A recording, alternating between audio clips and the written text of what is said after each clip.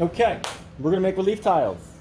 First thing I need to do is come up with some design ideas, which you're gonna be doing soon, if you haven't already. Once I come up with these ideas, they're just mapping things out, I then chose which one I wanna make. I'm gonna choose my little turtle down here. So I've blown this up.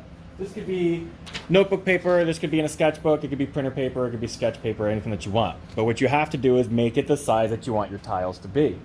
So this is my full size, this is as big as my tile is gonna be, and it's gonna get broken up into 3 individual tiles. So first thing we gotta do, before I start worrying about measuring or tracing or any of that stuff, I've got my design, map it out exactly, perfectly full size the way I want it to be.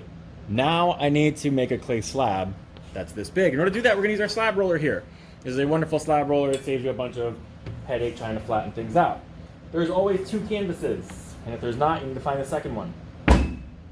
I need a slab that's big enough, bigger than this piece of paper, so I can then cut my perfect square out of it. So I've got to use a bit of clay. Always make sure the clay is sandwiched between the canvas so it doesn't get stuck to the tumbler. But we've definitely got to flatten this out so that it can fit. So I'm just going to use my hand, press it down. It will not get wider when it squishes, by the way. It only gets longer. So I put it up towards the front. I'm going to cover it up. When we start to crank, nothing's happening. I've got to bring my clay a little forward. Make sure no fingers get caught in the slab roller because, well, it will hurt very, very badly. All right. Now look at that slab. That's awesome. If you want this to be a little thicker, or a little thinner, not a problem. Here we've got these dials. I can turn this knob on top, and let's see, right now I'm at a little over 1/4 of an inch. If I want to go thicker, we just turn it until that arrow goes thicker. Now there's one on both sides. So say I want to go to 1/2 an inch, we've got to make sure that on this side we crank the dial as well. And we go to whatever you want. I started a little over 1/4 of an inch, and I gotta say it's a little thin. I might end up going to 1/2 an inch. All right, that's how we adjust and use. Now, once we have our slab, I've got my slab made right here. I've got to worry about picking it up, and that might be a problem. Because if I just try to lift it, oh, it's soft clay. It's gonna tear. That's disastrous. So one thing we need is a board. Got my board here. I'm gonna go ahead and lift this up carefully. Try to get the board under it. I'm just going to get rid of this part that I tore off. All right, this part you have to be very careful because the clay will want to tear on you. Once I have it on a board, this is an easy way to bring it somewhere so that I can work on it. All right, we moved over to the table. I've got my perfect design that I've worked out. I've rolled a slab much bigger than my design because I've got to cut all these edges away. So if one of these like tears or edges comes into where my paper is, that's not gonna work. It's gotta be bigger than the design that I'm working with. All right, now that I've got this, it's really easy if it's full size on the paper. That's why we're doing a full size sheet of paper, because now I can line up my ruler with my paper. Very carefully, I'm gonna take my fettling knife. I'm gonna cut along there. I'm not gonna move my paper, just the ruler. And notice how I have the ruler on the paper side so that if I mess up, I don't dig into my project. If I screw up now, oh, it's not a big deal. Look, it went out there. I'm not gonna mess anything up. If I put the ruler on the clay side and whoops, I screw up, it's gonna go right into my project. I don't want that to happen. So I always put the ruler on the project side.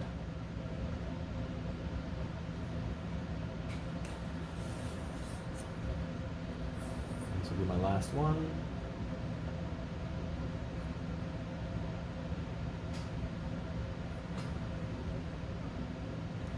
Being very careful.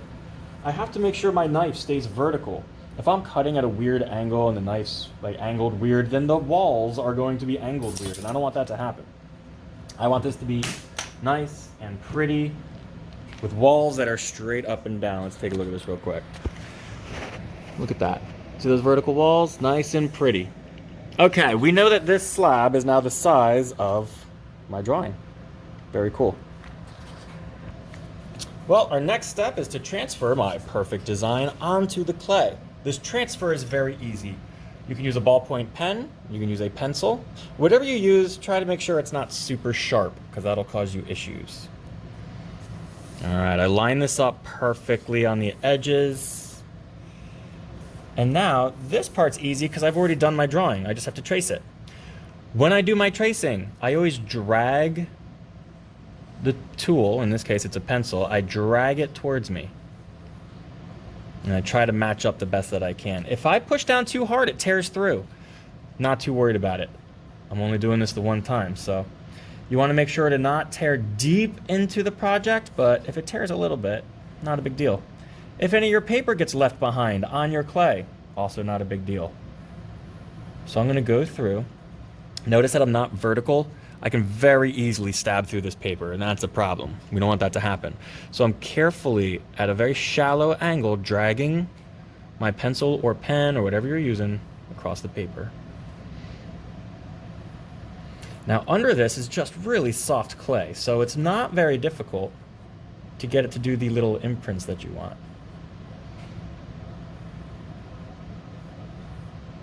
And you don't need to rush this part, because if you start getting sloppy, this is your transfer of the design. If you transfer the design sloppy, your project ends up sloppy.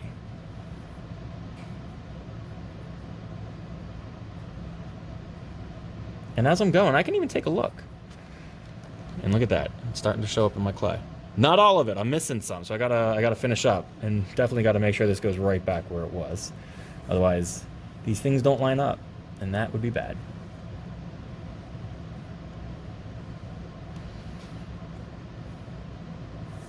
Not even worrying about the tearing paper, just continuing on. Got my bubbles. So everyone's design is going to be up to you.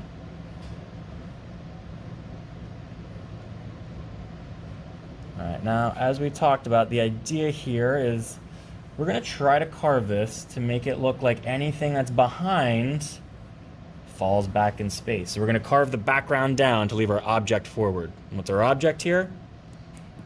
Good old turtle. Okay, I do believe I have enough to begin moving forward with this. Take a look at that turtle. Awesome. All right, so we drew our main design full size. We rolled out a large slab bigger than our design. We cut the slab to match perfectly with straight edges with a ruler. Otherwise, we will not have straight edges.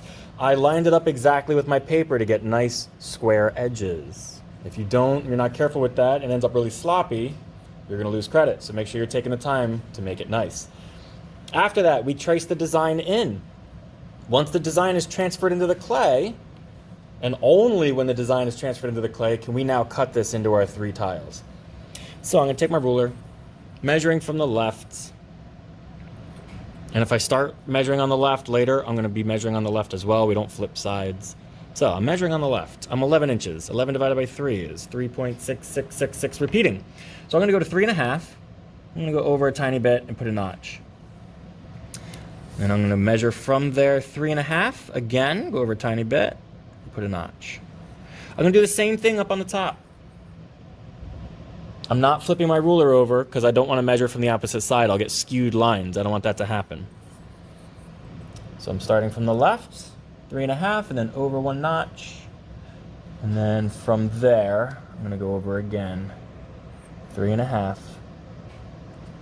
And remember, it's 3.6. 3.5 is 3.5. I went just a little larger on each of these. Once I have those done, I connect my points to each other. And then we carve. Again, keeping the knife very vertical so that I get good straight lines.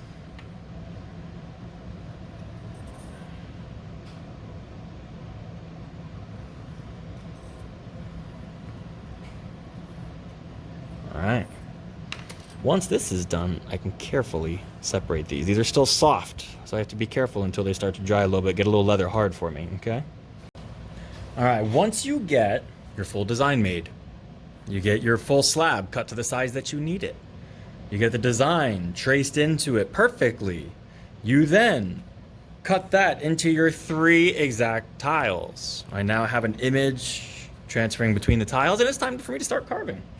We're gonna use ribbon tools to do relief carving. Ribbon tools come in all kinds of shapes and sizes. We've got big ones with round ends. We've got flat ends. We've got small ones. We've got small ones with little sharp edges on them. We've got small ones with, ooh, let's see, this one's round. Some have big rounds, some have small rounds. So all kinds of different tools. Here's what I can tell you. Do not use a round tool to get a flat surface. So for me, I want a flat background. I want the background to drop back behind my turtle, disappear, have the turtle left standing outward. So I'm not gonna use a round tool because every time I carve with this, I'll give you an example over here. Every time I carve with this tool, it's going to leave a bunch of tool marks. So as I'm bringing it down, you can see all these tool marks that it's leaving. These are going to be really hard to flatten out. Whereas if I'm using a flat tool to create a flat surface and carve down, it's leaving it flat, and it's much easier to get rid of tool marks, much easier to smooth things out. So that's what we're going to be using, our flat tools. Step 1, establish a strong edge. If you don't establish a strong edge, it's very difficult to see what it is that you're making. I'm going to choose this ribbon tool right here just because it seems fun to use. Okay, I'm taking a look at my picture here, right? I got to find, where do I want to start? I feel like starting around the head. What I need to do is carve the background down to leave my object forward. So I want to leave the turtle forward, so my background, anything that's around the turtle, has to go behind it. I want to leave a sharp edge, so I'm going to dig down and I'm going to create this sharp edge that follows the outline of my turtle head. And we're going up there. All right, let's peel this out of here. This is why we're called a ribbon tool, because it makes these little ribbons that you can peel out. Depending on how dry your clay is. If it's leather hard, this gets really easy. If it's super soft, sometimes you might need to hit it with a hairdryer. All right, we can see what we've got going on here. I want to get you real close if we can. Okay. I've created that gouge. The gouge alone isn't going to smooth or like look good. The background doesn't fall behind my object. Here's my turtle. Here's my background. What I need to do is get my background to fall behind the turtle like nothing was ever there. So I'm going to take a bigger flat tool. I use a small one to get that sharp edge that I have here. I want to keep that sharp edge. I want to get rid of the edge on the background so that it looks like it just tapers down and disappears. So I'm going to take my tool. I'm carefully going to lower this edge down a little at a time. I have to be very careful to not screw up the edge that I created on the turtle, because if that's not a clean edge, it's going to mess up our vision and we're not going to see it. Clear off any of this extra. Keep tapering. Sometimes my taper is going to mess up, like I've got seaweed coming up over here. My taper is going to mess that up, so I'm going to have to reestablish that in a minute. But that's okay. This taper is very important for the background to disappear behind your object. Now, I'm carving over this line with no problem, which is great, but sometimes you might have a problem carving with a line. All right, the edge of my turtle is still very sharply obvious. The background now dips below it, tapers nice and evenly so that the background doesn't have an edge. Once I get all that carving done, I'm going to hit it with a finger, smooth it out. Get rid of all the tool marks. And now I've got an edge starting up there. I'm going to keep going around the turtle until that turtle is sticking out. Okay? So bear with me here. I'm going to keep finding whatever object is out front. I'm going to carve a sharp edge. The reason we need that sharp edge is because I want my object to stand out from the background, and that creates a really easy distinction for my brain to work out.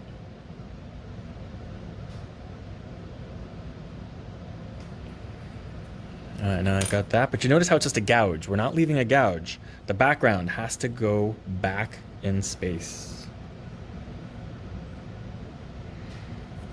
If you're carving, I have these two tiles next to each other, so they're reinforcing, but if you're carving over an edge or near an edge over here, you must put your thumb there as you're carving, or you're just going to tear a big chunk of your project off. You don't want that to happen. So sometimes you have to support the clay. So as I'm coming around this side, I'm going to support a little bit. And because my hand, nobody's hand really works the same doing backhand stuff, I always rotate the project as we need so that my hand is always working in its most opportune position. Okay, we're getting this fin carved out of our turtle. It's starting to stick out from the background. I'm going to carve all the way around the turtle, and we'll be back in just a minute. All right, I've got most of the perimeter of my turtle cut out at this point. Something that I'm going to have to focus on is with the mouth. Which side of the mouth am I going to make go down, the top or the bottom? I'm going to make the bottom go below. So it's very important that we carve the correct side to drop it below. While we're here at this angle, you might realize or notice the canvas texture that's on everything. You should not be leaving any canvas texture anywhere. Anywhere we carve, it automatically goes away, but anywhere that's untouched, you need to make sure to get rid of that with either a sponge or just rub it with a finger. Because if you have canvas texture, that means you're not controlling your surfaces. So make sure that you clean that up. All right, at this point, I have to go around and bring my background down and fade it so I can't see there is ever an edge.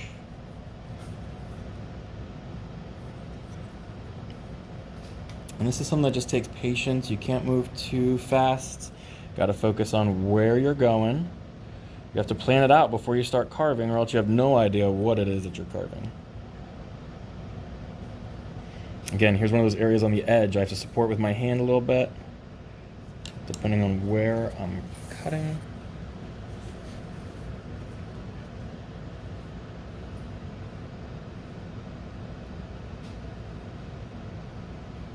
This is one of those spots that I definitely see how I'm going to tear that chunk off. Got to make sure that my thumb is there to keep myself from destroying my project.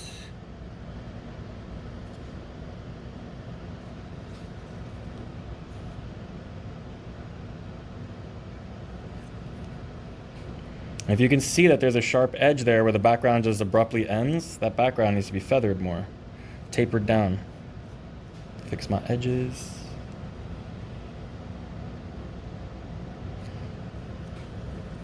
I'm going to keep doing this all the way around.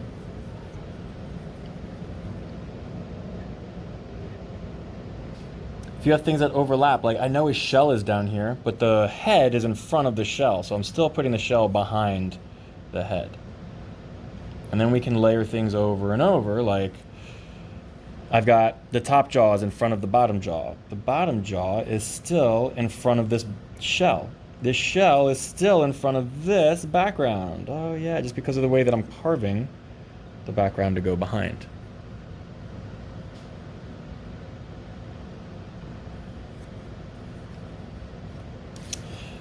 All right, now I knew that this is a shell here and I know that it goes behind the jaw, but I've kind of lost where it ends. So now I reestablish the edge, looking at my drawing. Okay, so that shell goes behind the head, but I still want it to be in front of the background.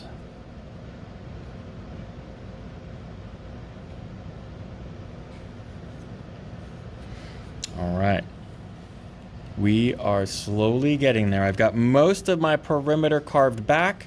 My background is getting blended so that I can't tell it goes behind my subject. Okay, I'm going to get the seaweed, and then we're going to talk about high relief. All right, we are getting there. I got some seaweed over here. Got a little more I could establish there. One thing I want to point out. Let me get these edges in. If we want a background to fall down, we don't need to carve the entire background down. For instance, I have this whole section up here that's background. But if you look at what's actually carved, it's only the section that leads up to the turtle is carved down. And then it's blended up and smooth. This part up here is still nice and thick. So we don't need to carve the entire thing down. It'll actually get surprisingly weak if we carve a ton of it down. So leave a little bit of clay for material, but we want to feather it and blend it up so that we don't see any edge. If you see an edge, you're not done blending.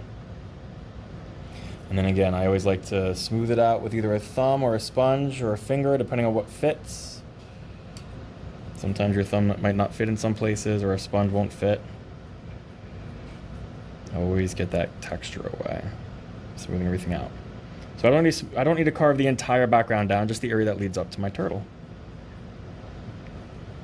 All right, now if I wanted to add, like, I kind of want this fin to come out over here a little bit, or maybe this one over here to stick out a little bit. So I'm going to add some high relief. I'm literally going to sculpt little pieces of clay and attach them on. So I'm going to make this fin stick out, and I think it's going to look really cool. I want to make sure I score where I attach.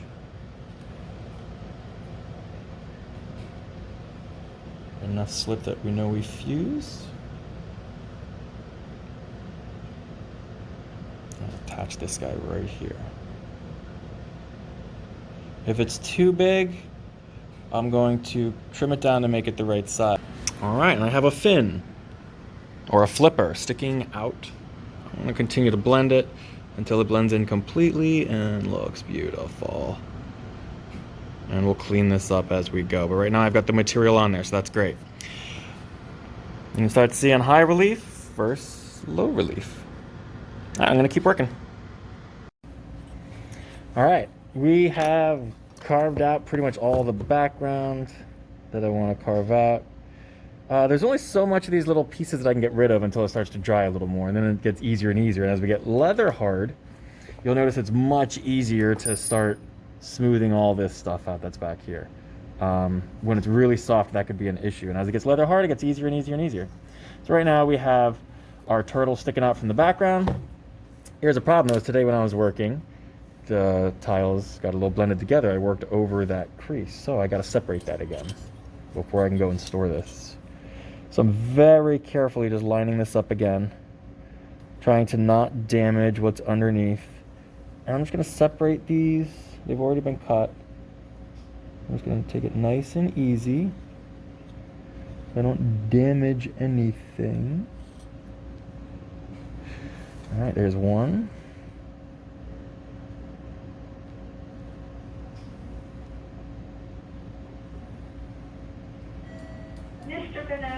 And two. Nice. All right, at this point, let me get all this extra stuff out of here. I have 3 separate relief tiles that create one big, beautiful image. I'm gonna put these back together, assuming that I can get them back together. A little canvas in the way. Now we can start to see how they create that one full image. Now this is a relief tile. We've got low relief, we've got high relief. Voila.